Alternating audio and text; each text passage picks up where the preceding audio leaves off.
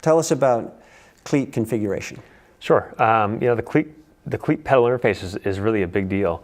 And one thing that determines where we put that cleat is how a rider stands in their physical assessment. If their hips are in a way where the femur is rotated out and they stand with a little bit of out toe, well, we can set them up that way, right? If we set them up with an in toe, that may actually cause a problem. Mm-hmm. So most cleat systems have the ability to rotate, have the ability to go in and out and forward back. So the first reference point we use is kind of balls of the toes. Right. That's where we want the cleat to be with the fore aft. Mm-hmm. Okay, and then depending on their stance, we may have a little rotation in or out, and it's always the opposite. So if they stood with a little bit of out toe, we could rotate the cleat in a bit to match that. Right. Right, and then what dictates the medial lateral, right, the inside or outside, that's the stance width. So if they're riding and their knees are really knocking inwards towards the reference line of between the foot and the hip, right, then their stance width needs to be a bit more narrow. And so we'd bring the cleat out, that would bring the foot in. Wow.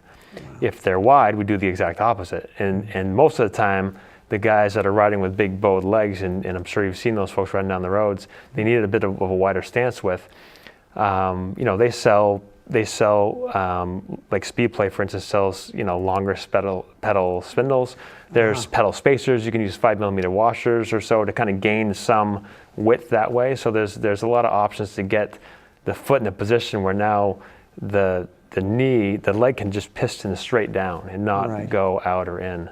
Right. Because that outer in is going to potentially put a lot of stress at the knee, potentially a lot of stress at the hip. Right, and it's also wasting potential watts. Is that definitely. Oh, big time. Yeah. Waste of energy. If you're diving in, that's where the power is going. So instead of down to the pedal. And it's virtually impossible to do all these adjustments yourself because.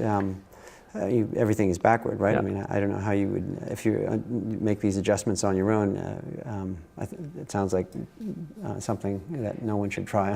Once you really think about it, it's always the opposite. But it can be challenging. And the best advice is if you have a good spot where your cleats have been comfortable and your feet are feeling good, before you remove your cleats, take a marker and just outline it. Outline the cleat positions. You can put it right back. But there's a lot of folks that even again the foot assessment that we do, if their foot's flattened, we can wedge between the cleat and the shoe like you would an orthotic, but that way there's no bulk in the shoe that way. So you still have lots of space, and you're putting the wedge between the cleat and the shoe to be able to raise that arch up a little bit. Right.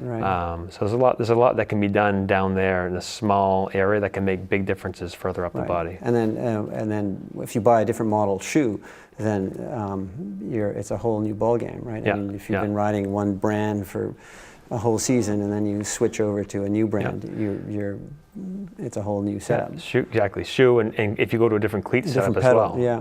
Different pedal systems can make a big difference even in seat height. So some are much more have much more height to them, which is going to have to make that difference up in where you place the saddle, and again with the bars as well, so you can maintain all your what we call fit coordinates to your body. Well, that's good to know. So don't switch pedals or shoes without really thinking it through. Right. All Things Bike with Fred Thomas is brought to you by Zentis, performance carbon wheels handmade in Austria for road and off-road riding. Zentis, next generation wheels. And Frame and Wheel eBay bike selling services. Time, space, cash. Pick 3. And AD Bikes, the modern face of Austro-Daimler cycling and the bike company of the future.